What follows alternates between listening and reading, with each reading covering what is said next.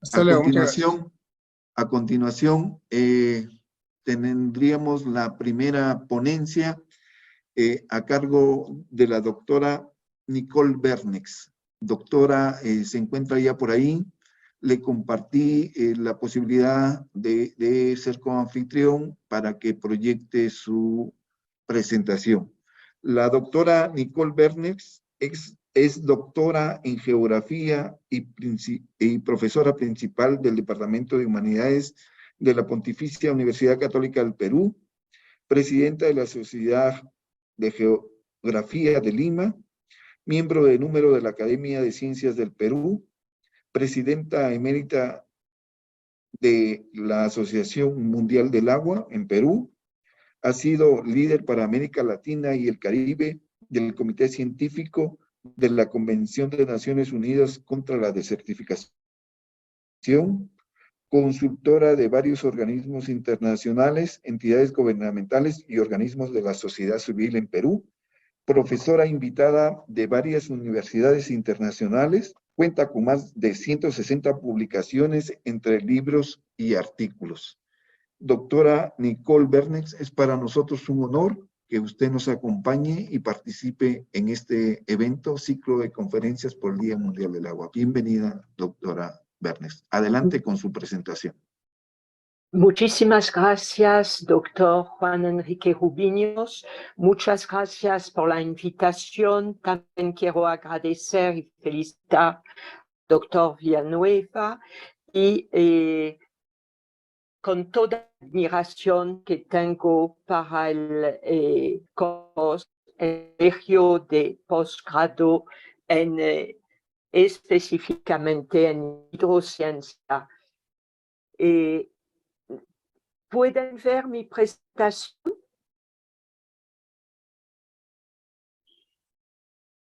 ¿Pueden ver la presentación? Sí, se ve, doctora. Adelante, se ve perfecto. Gracias. Entonces, yo quería compartir una reflexión que ha sido mucho más larga, pero de manera breve.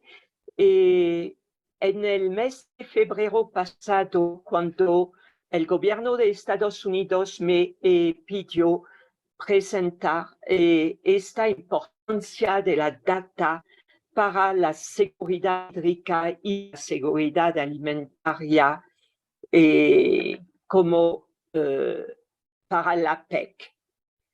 Entonces, sin más, la meta es no solamente construir data, pero que desde todos los enfoques, desde todas las profesiones que sumamos esfuerzos para construir conocimientos, tomemos conciencia de la importancia clave de los datos para construir políticas y, consecuentemente, fortalecer la seguridad hídrica y la seguridad alimentaria. Muy brevemente voy a decir algunas cosas sobre el Perú, que es el 20º país más grande del mundo, tiene una sociodiversidad extraordinaria. Contamos ahora con una población de 34 millones de personas.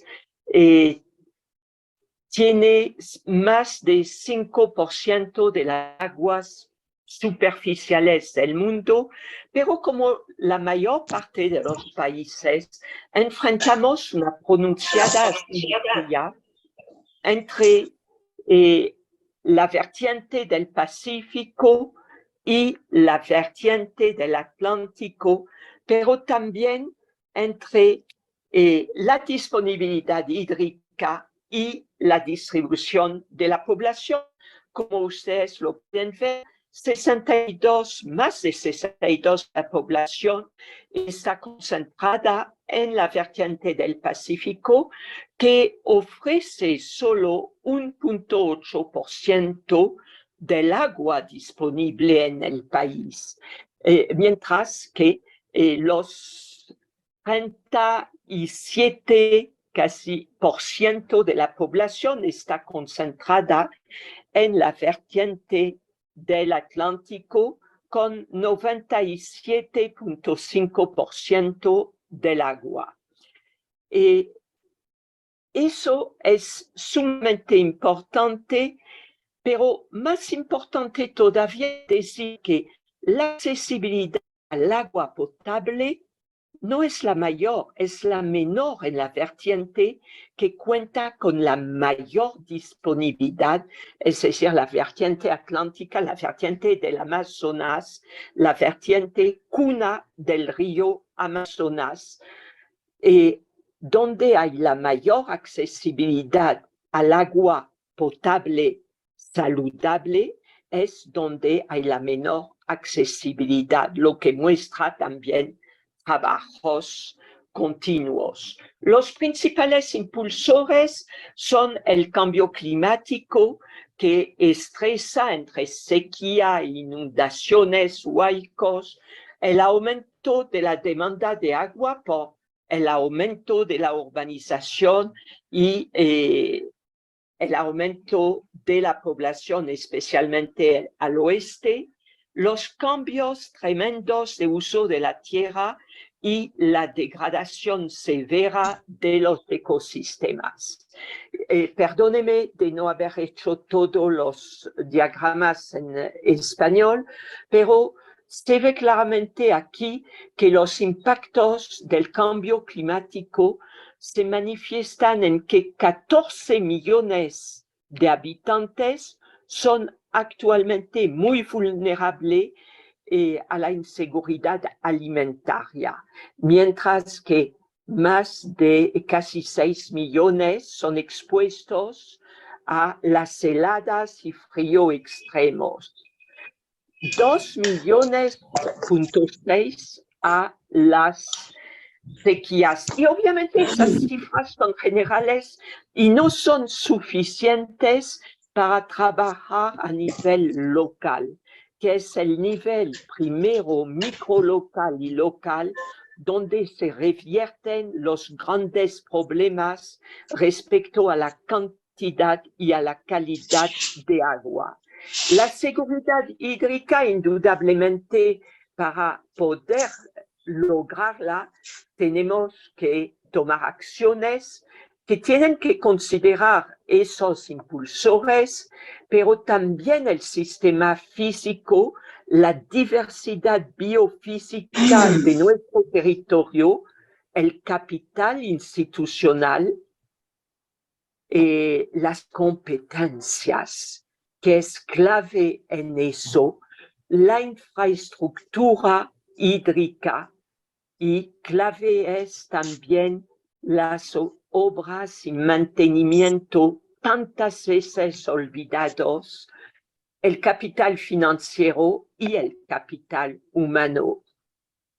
Y no basta eso, debe usarse indicadores para medir los efectos de la inseguridad hídrica y los efectos de este camino a la seguridad hídrica, medir los efectos sociales, económicos y ambientales. Somos un país de más de 2.200.000 productores, cuya superficie agropecuaria casi alcanza 39 millones de hectáreas, de los cuales solo 18% son agrícolas y 82% no agrícola. Esta estadística desde unos 4 y 5 años se ha logrado a nivel de distrito, de provincias y de región, pero lo que no se está haciendo es la actualización, que es tan importante. Y dentro de las grandes brechas podemos observar que solo 38% de la superficie agropecuaria tiene título, 36% está bajo riego y solo 8% de nuestros productores acceden a crédito. Sin embargo, pueden ver que 60.2% de aquella superficie está destinada a la venta porque desde la agricultura familiar, cuando sale de la etapa de subsistencia que abarca casi la mitad de los productores de agricultura familiar de subsistencia, ¿no? Logran con ingentes esfuerzos a vender al mercado más cercano generalmente o vuelven a la pobreza a través del ciclo tan pernicioso de los intermediarios. El Estado invierte continuamente, tanto en agua y saneamiento en azul como en sistema de irrigación en anaranjado. Algunos años más, pero la inversión es continua y creciente generalmente. Y la cifra con su debilidad nos indican indudablemente el vínculo entre la desnutrición crónica, la capacidad de alcanzar algo más de tierra cultivada, pero también de alcanzar tecnología de riego. Y podemos observarlo en este cuadro, pero también podemos preguntarnos ¿y qué sucede de los demás, de las demás tierras abandonadas, baldías, que es parte de esta superficie agropecuaria? Está inflando la superficie de los ecosistemas degradados que ya no proporciona los servicios ecosistémicos que se requieren, por ejemplo, el ciclo de formación de nutrientes, tan clave para y el ciclo de formación de suelo, clave para la seguridad alimentaria y requieren de recuperación. Según data del MIDAGRI, el Ministerio de Desarrollo y Agricultura, supera los 4 millones de hectáreas. Políticas tenemos continuamente. He tratado de hacer, y no lo he traducido, un vasto marco presentando políticas que tienen que ver en rojo con la alimentación, en verde políticas estrictamente agrarias, por ejemplo, de estrategia de agricultura familiar o de desarrollo, la estrategia de desarrollo rural o la ley de política agraria, por ejemplo, en azul, las políticas y estrategias de agua con sus leyes y otras que ayudan, por ejemplo, la estrategia para tratar de revertir la pobreza o de creación de una comisión de alto nivel ante el cambio climático. Pero, ¿cuál es la relación de la data con las políticas? Si analizamos, y lo hice por la política en la cual he participado completamente, le he asesorado, que es la política de Estado 33 sobre recursos hídricos del Acuerdo Nacional, pero considerando también el marco de la política 15 sobre seguridad alimentaria, 32 sobre riesgo de desastre, 34 sobre gestión territorial y 35 sobre la data y la información, ¿no? Que es tan clave. Entonces, si releemos inciso, por ejemplo, la política de Estado 33, consideramos que los incisos insisten más. Primero, sobre la integración, que es sumamente importante, porque el agua tiene que ver con una multidimensionalidad de enfoques, una multisectorialidad, una interdisciplinariedad, sobre también los mecanismos institucionales y la gobernanza, que es clave, sobre la infraestructura, pero penúltimo punto es la información y último la inversión. Y eso no es lo mejor. La Autoridad Nacional de Agua, que es una joven institución creada en 2008, tiene dentro de sus políticas 3 ejes clave: la gestión de la cantidad, la gestión de la calidad y la gestión de la oportunidad, pero también tiene la gestión de la cultura del agua y la adaptación al cambio climático y eventos extremos. Sin embargo, dentro de los actores que constituye el Sistema Nacional de Gestión de Recursos Hídricos, uno de los grandes faltantes, y si ven aquí en los ministerios, es el Ministerio de Educación, cuando un eje de la política es la cultura de agua. Y también está el Ministerio de Relaciones Exteriores, cuando tenemos 34 cuencas transfronterizas, y el Ministerio de Economía y Finanzas, cuando las inversiones son clave. Y Lana ha hecho desde su creación esfuerzos para crear políticas y estrategias hídricas.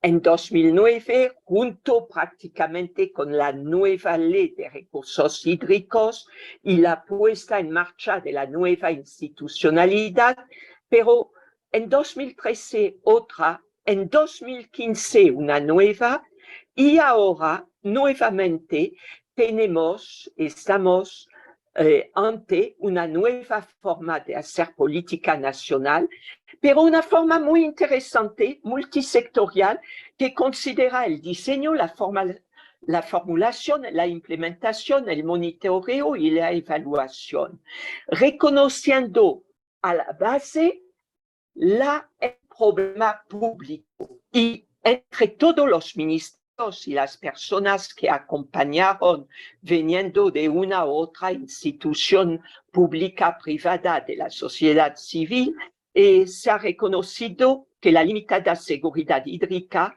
para el uso multisectorial era el problema público. Entonces se la ha disectado y se ha considerado las causas directas del problema público que vamos a ver a continuación. Yo voy a insistir sobre no las causas directas que pueden observar, pero que por primera vez en nuestra historia de gestión hídrica, el país ha puesto en este grupo trabajando la política nacional, ha puesto claramente ciertas causas indirectas del problema público. El uso de tecnología obsoleta en la gestión de la demanda de agua. Si no hay tecnología, no puede haber data. Si la tecnología es obsoleta, vamos siempre a tener problemas a nivel de información y de modelización. Y luego, como causa de la débil gobernanza en los recursos hídricos, a nivel de causas indirectas, la limitada información disponible e integrada para la toma de decisiones, la insuficiente investigación y gestión del conocimiento en recursos hídricos y la inadecuada cultura de valoración del agua. ¿Qué ha significado eso? Tengo que hacerlo corto por el tiempo. Se ha tomado todos esos resultados, son innumerables, y se ha tratado de ver el problema público, ver lo que significaba revertir la inseguridad hídrica o por lo menos la limitada seguridad hídrica para el uso multisectorial y se ha confrontado con el Plan Estratégico de Desarrollo Nacional en 2050, que plantea en su objetivo nacional número 2 el uso intensivo del conocimiento y las comunicaciones, pero reconociendo la diversidad geográfica y cultural en un contexto de cambio climático. Y en su objetivo 3, el uso intensivo de la ciencia y la tecnología y la transformación digital del país. Entonces, ante eso, quiero abordar el poder de la data. Indudablemente tenemos plataforma nacional de datos georreferenciados, donde se integra la información de fuentes oficiales del Estado, los servidores, etcétera, como todos nuestros países. Estos datos nos permiten identificar brechas sociales, económicas, biofísicas, de infraestructura, entre otras, para la toma de decisión con enfoque territorial, y todos los territorios de agua son de agua porque son cuencas, ¿no?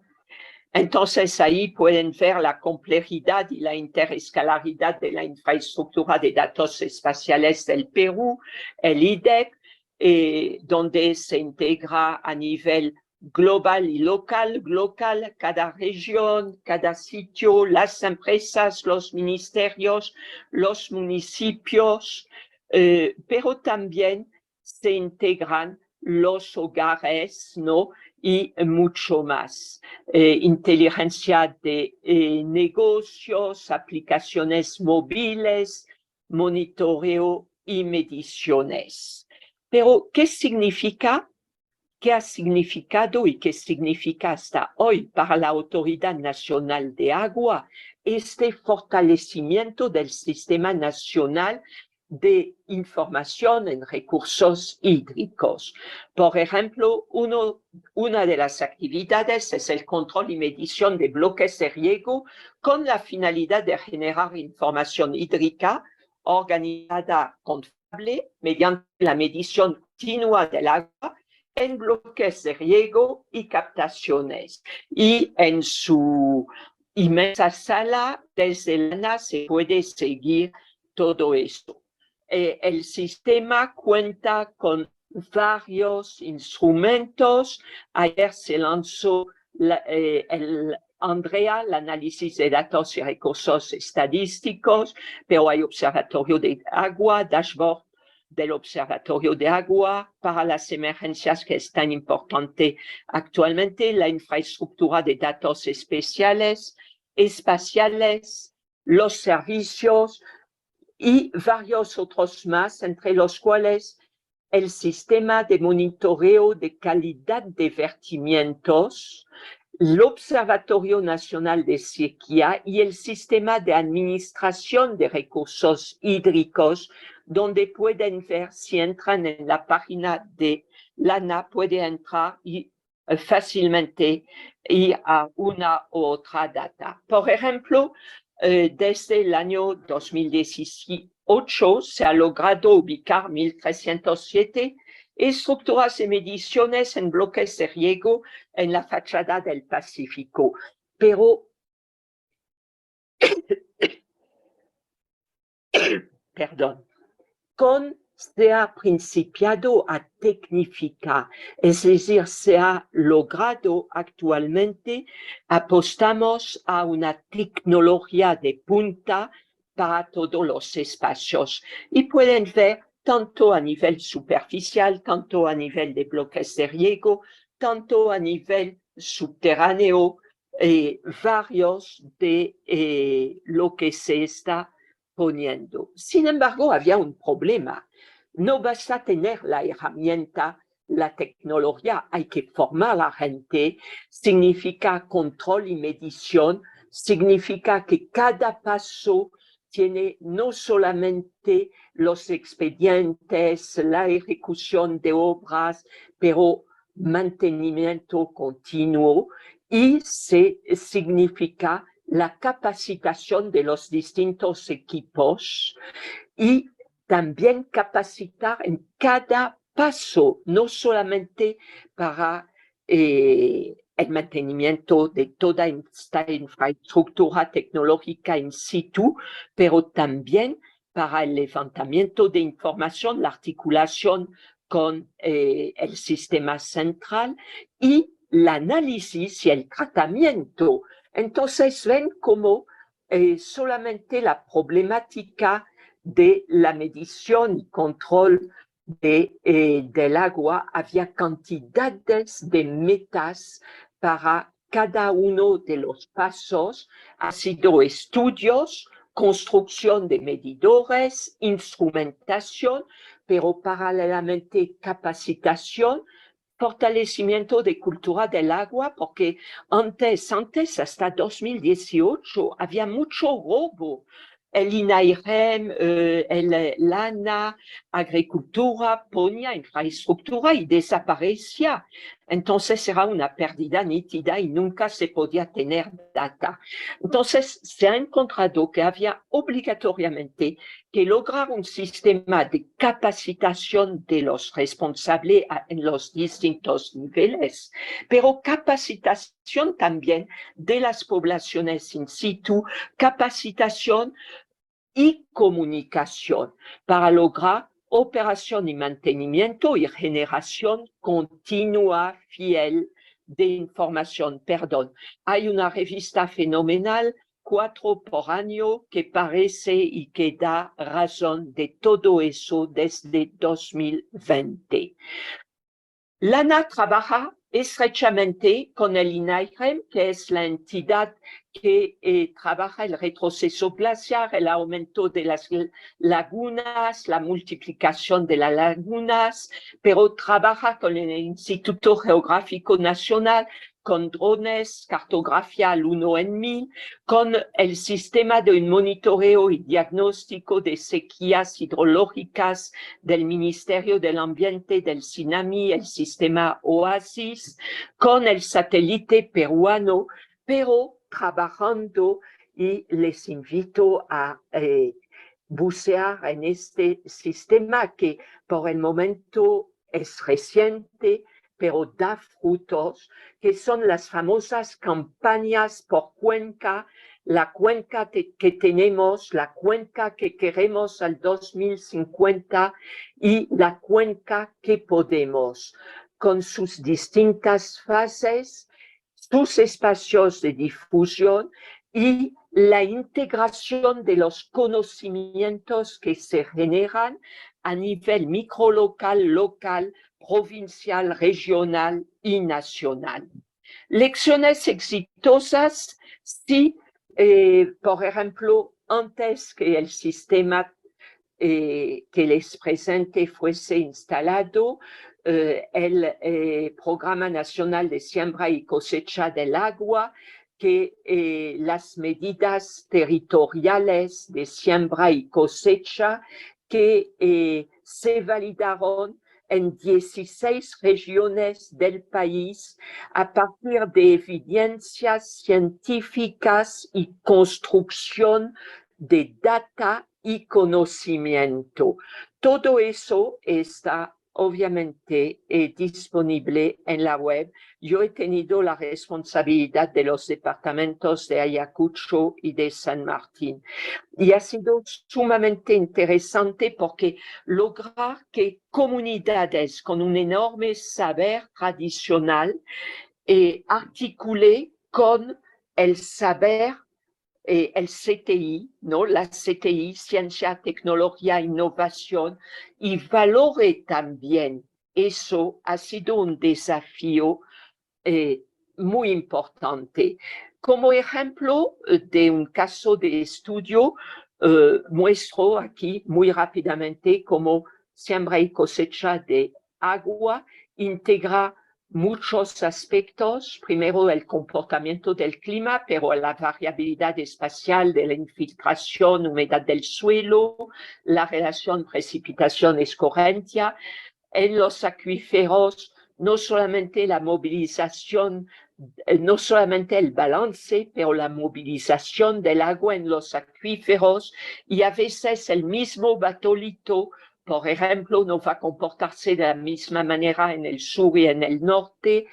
La cobertura vegetal, sus características, su relación con la estructura litológica a nivel parcelario, microcuenca, cuenca, los servicios ecosistémicos y cómo pueden modificarse las fronteras de los nichos ecológicos cuando hay procesos de desertificación y multiplicación, crecimiento de las vulnerabilidades, pero también debe integrarse cómo las prácticas del agua aportan y facilitan la organización y la gestión del agua, cómo también podemos tener impactos de usos del agua y de la tierra, y significa la recarga de acuífero, el plus económico para una empresa, un gobierno local, cómo pueden contribuir a partir de eso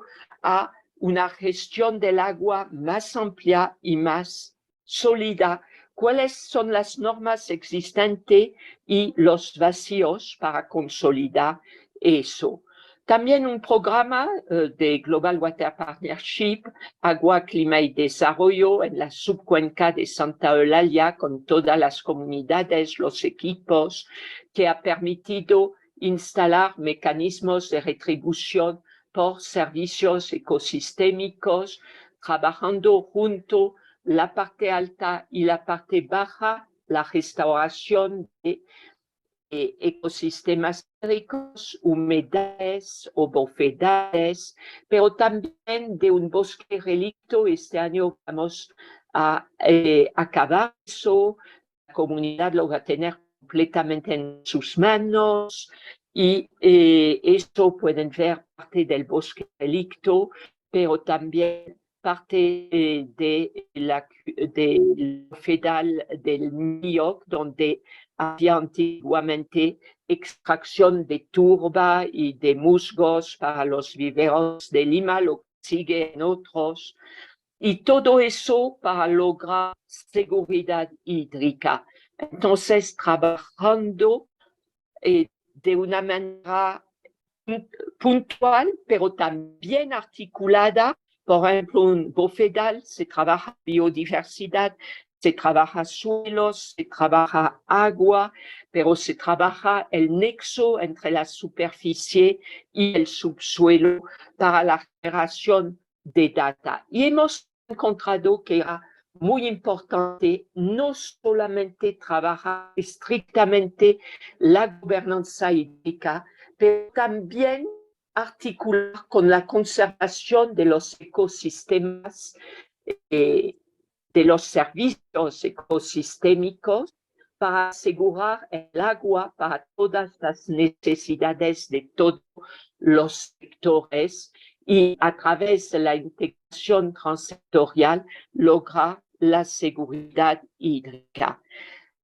Entre 2008 y 2023, Lana ha sido una escuela de aprendizaje, una continua construcción de conocimiento, mejora continua, innovación, tecnología, Big Data, el Sistema Nacional de Información a nivel interescala, porque si bien es cierto lo tiene a nivel nacional, cada consejo de recursos hídricos por cuencas lo tiene también.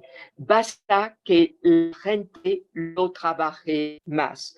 Pero también ha incursionado en comunicación, creación de capacidad y educación y cultura del agua, tratando de mostrar cómo la cultura del agua no solamente tiene un impacto importante sobre la población que reconoce la importancia del recurso, pero facilita la conservación en cantidad y calidad, permite el pago de los diferentes, el pago, por ejemplo, para agua potable, facilita eso ahora en el campo, en distintas áreas, esas contribuciones son aceptadas y todo esto conlleva la seguridad hídrica.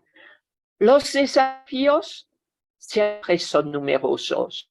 Primero, hacer más y más ciencia. Sin ciencia no hay posibilidad de lograr una gestión integrada de recursos hídricos, de lograr seguridad hídrica y todas las demás seguridad.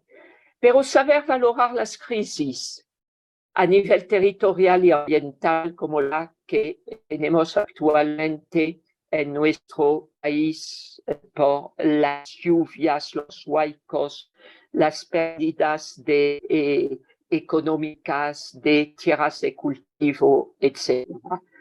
Construir puentes entre ciencia y políticas públicas, pero con data dura y data continuamente levantada, no una sola vez. Conjugar metodología, abrirse a la transdisciplinaridad, valorando GIS, cartografía, lectura de mapas y paisajes. Y todo eso fortaleciendo la integración, porque la ciencia no puede quedarse, tiene que aplicarse a partir integrando educación, cultura del agua, comunicación, enfoques y descubriendo el poder de los datos, de la información en cada una de las estrategias educativas de cultura del agua, de comunicación y de energía. Les he dejado algunas referencias y les agradezco mucho por su atención.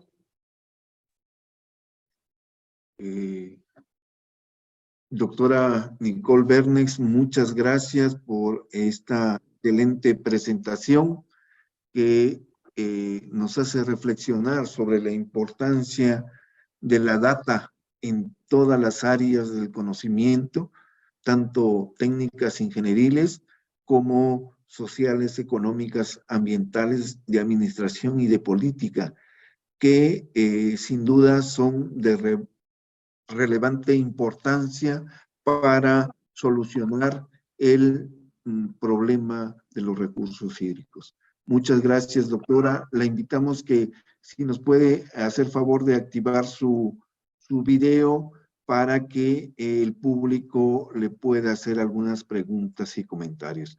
Favor de levantar la mano vía Zoom para Perdone, yo no puedo acceder al video donde estoy, me olvidé la cámara en Lima y no tengo video. Ok, pero la escuchamos bien, doctora. La escuchamos bien. Si alguien tiene alguna pregunta, comentario, les recuerdo que estamos conectados con colegas de Perú, de Colombia, de España, de Ecuador y mucha gente con mucho conocimiento al respecto. Si quieren hacer alguna intervención, adelante, por favor. Buenos días, doctor Rubiños. Sí, ¿me escucha? ¿se presenta? Sí. Manuel Vaca, de la Unidad de Cooperación Internacional, Autoridad Nacional del Agua. Sí. Adelante, Manuel, gracias por tu participación.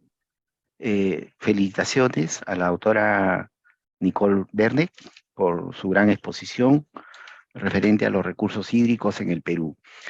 Yo quería consultarle a la doctora, de acuerdo a su gran experiencia, ella habla hoy día de seguridad hídrica, pero la seguridad hídrica también está relacionada con la gobernanza hídrica. Entonces, ¿qué recomendaciones ella puede dar conociendo el Perú y sabiendo que en el Perú la distribución del agua que nos da la naturaleza es dispareja, ¿no? Tenemos tres vertientes: vertiente del Pacífico, vertiente del Atlántico y vertiente del lago Titicaca. Donde hay mayor escasez de agua es en el vertiente del Pacífico, ¿no? Y tenemos regiones como, por ejemplo, Ica, que es una región que necesita agua, hay agroexportación, pero falta recurso hídrico. Sin embargo, Huancavelica, que está en la zona alta de la región, tiene mayor cantidad de agua, pero no hay ese enlace, ¿no?, de gobernanza hídrica para que un gobierno regional que tiene abundante agua pueda armoniosamente distribuir el agua a otro gobierno regional que tiene menos agua. ¿Qué recomendaciones daría la doctora Nicole Bernet en estos casos? Ante todo, muchísimas gracias por su pregunta. Siempre se ha tratado desde, por ejemplo, uno de los mejores trabajos de propuestas de trasvase ha sido el famoso mapa de 1906 de los ingenieros de minas para toda la zona de Cajamarca-Lambayeque, donde los trasvases del Chotano ya eran marcados y donde también las represas que tenían que hacer, pero ellos decían también que eso tenía que verse, trabajarlo. Ha sido publicado en un mapa bajo en 1911, estaba todavía Leguía antes que Billinghurst tome el poder, y este mapa muestra todas las presas sugeridas en la época, la cantidad de agua, el volumen y el costo. Era con la asesoría del ingeniero Hurd, H-U-R-D. En Ica, usted lo dijo muy bien, sin embargo, yo creo que hay otra posibilidad. Nos va a costar un tiempo volver, porque trasvases ha sido natural. Se han hecho trasvases muy antiguamente.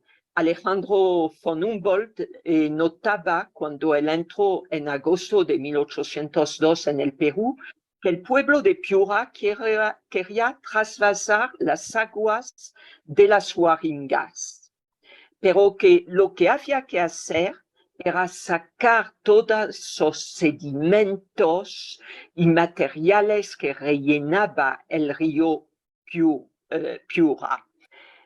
No se hablaba todavía del término mismo de colmatación, descolmatación.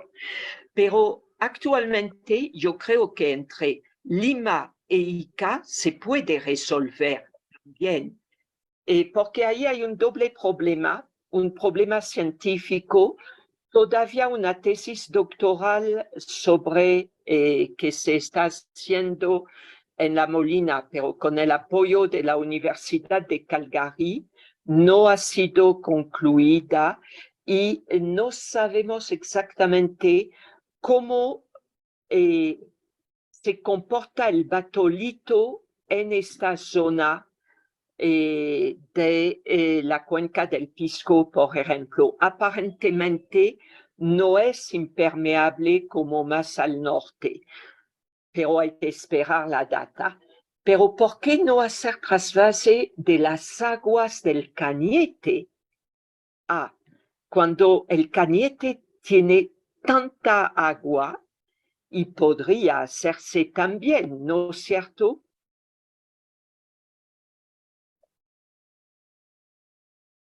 Hubo un proyecto, no sé qué le parece, la gobernanza hídrica respecto a la seguridad podría darse dentro de la misma vertiente o obviamente entre vertientes.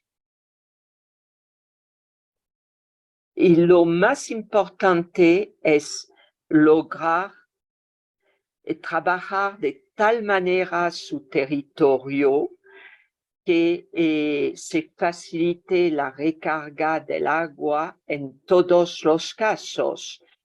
Seguramente que usted, ingeniero Baca, conoce bien la parte aguas abajo del río Ica, cerca del cañón de los Perdidos, donde hay pequeñas presas de agua que permite que el agua no se vaya al mar, acumularla, y permite, por ejemplo, que en Samaca haya olivares y algunos frutales.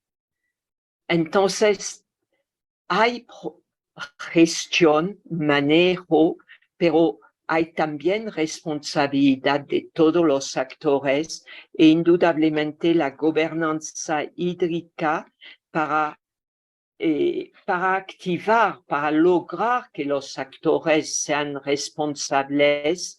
Es sumamente importante que tengan la data que les muestre que cada uno es importante cuando se trata de agua, desde el hogar, desde todos los quehaceres.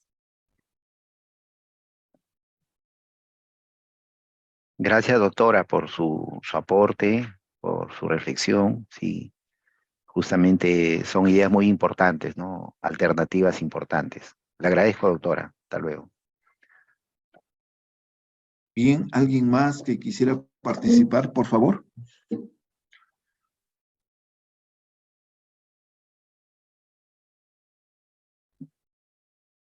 Si no es así, pues agradecemos. A ver, Enrique. Adolfo Eusebio, adelante. Yo creo que ahí en esto de la data, de la información básica con respecto a la seguridad nacional, desde el punto de vista de supervivencia, pues, de la población, de este recurso, pues, elemental, ¿no? En la vida de los humanos, de los seres vivos, y también para otras actividades productivas, ¿no? No solamente en Perú, sino en todo el universo, ¿no? Incluyendo México. Pero esta misma información científica, esta data que así lo titula o lo etiqueta la doctora Nicole, pues tiene otros efectos también, otros usos. Por ejemplo, quisiera, digamos, escuchar a la doctora Nicole, ¿qué nos puede opinar, sugerir sobre el manejo y el uso, la implementación en la prevención y en la seguridad contra eventos extremos, como el que acaba de ocurrir aquí en el norte del Pacífico, en el norte de la costa peruana, hablando de Piura, de Tumbes, Lambayeque, y un fenómeno que se extiende hasta Lima. Por ahí, digamos, escuchamos algunos políticos locales, nacionales, que tienen soluciones para todo, ¿no? Sin embargo, esto implica, pues, estudios técnicos, económicos, financieros, de mucho trabajo de campo y gabinete.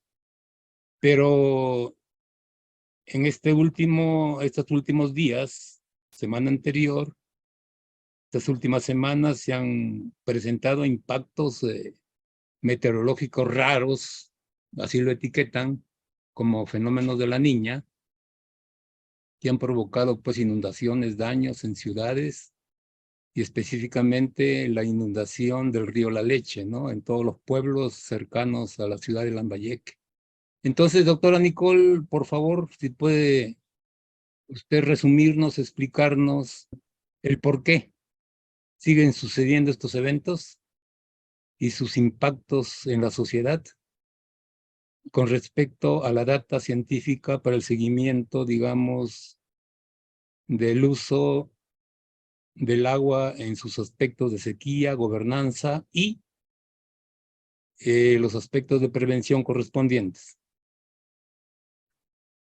Bueno, muchísimas gracias por su pregunta.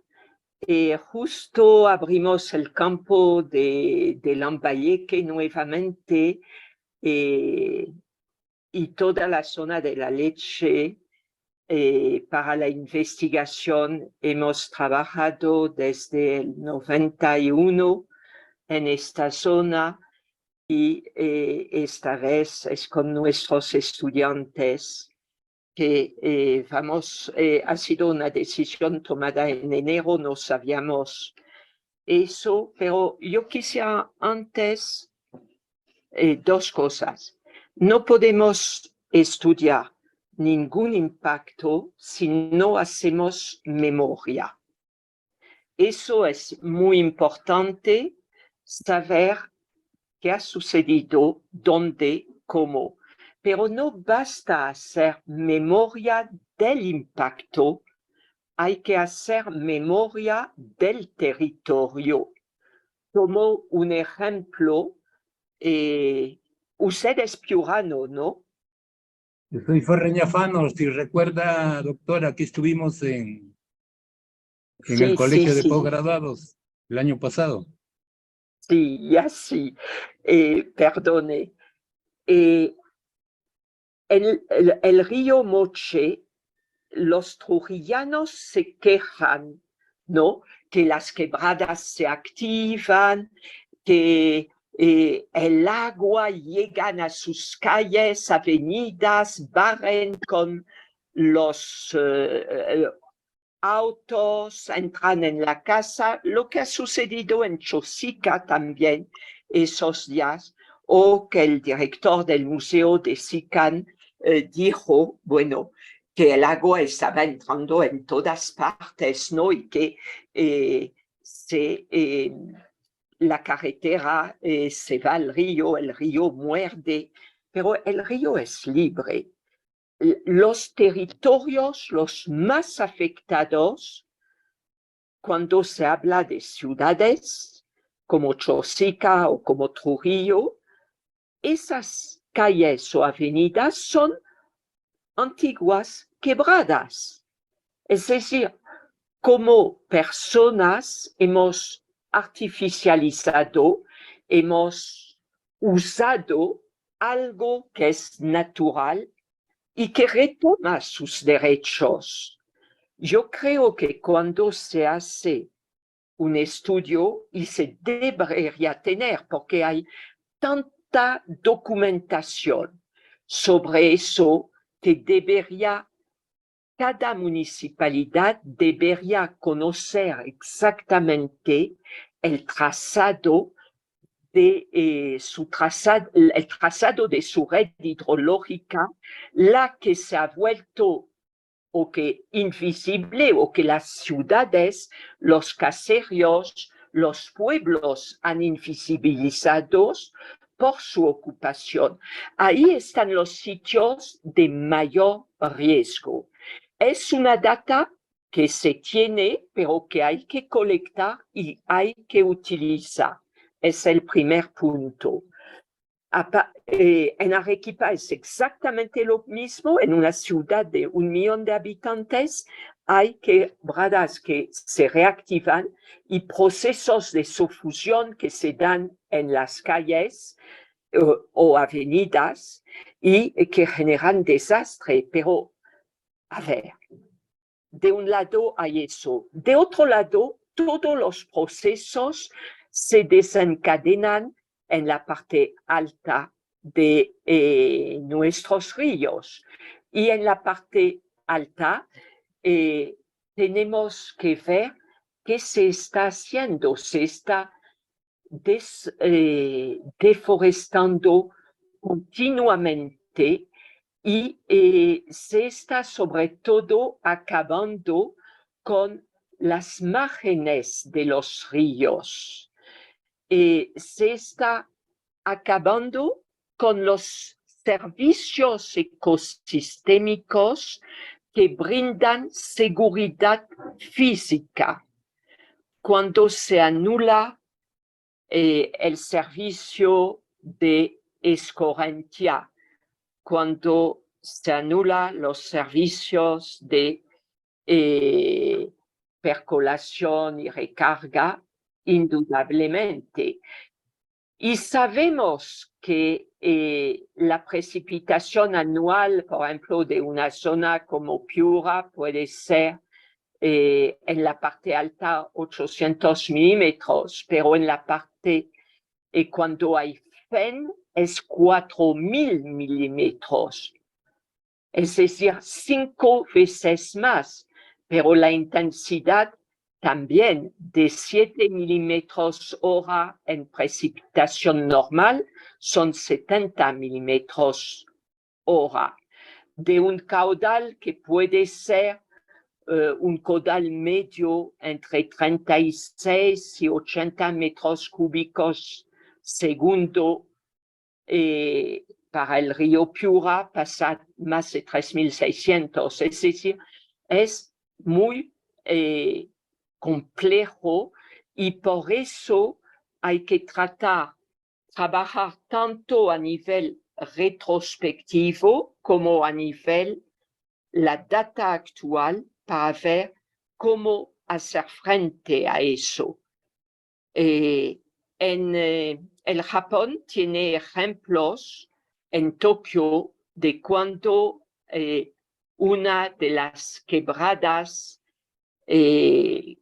ha salido de su cauce, ha acabado con el césped y todo lo que tenía.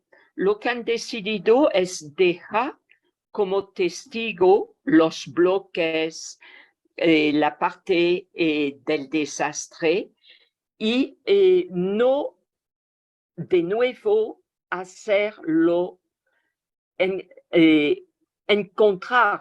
desencontrarse con la quebrada, respetarla. Yo creo que nosotros tenemos que aprender a respetar la red hidrográfica en la parte baja, a cuidar sus cauces y en toda la parte alta respetar y restaurar la infraestructura verde. Muchas gracias. Gracias, doctora, gracias a los participantes. Sabemos que hay muchos que quieren participar. Por ahí Lucio Estrada escribe: buen día, ¿cómo se podría generar información y conocimiento de la data de la ANA, así como investigación aplicada en los recursos hídricos? Lamentablemente el tiempo es ingrato, pero le dejamos esas inquietudes. Si está por ahí el doctor Javier Suárez, director del Campus Montecillo, doctor, si nos puede dar unas palabras de bienvenida al Campus Montecillo, el Colegio de Posgraduados. Doctor Javier, ¿se encuentra por ahí? ¿Puede activar su micrófono, por favor? ¿Me Doctor, escucha? buenos días.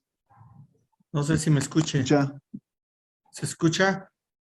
Perfectamente. Sí. Adelante, doctor.